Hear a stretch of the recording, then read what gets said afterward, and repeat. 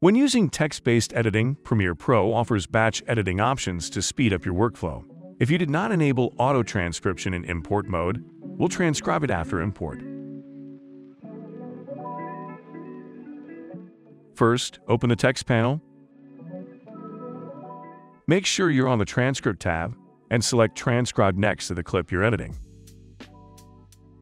Pauses are indicated with 3 dots. Select the filter icon at the top to highlight all pauses.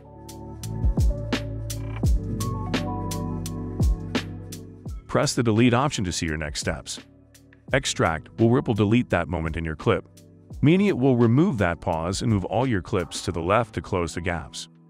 Choose Delete All to see pauses disappear. Lift will remove that pause and leave the gaps where they are. Select your timeline panel, then use the toolbar at the top to go to Sequence. Close gaps.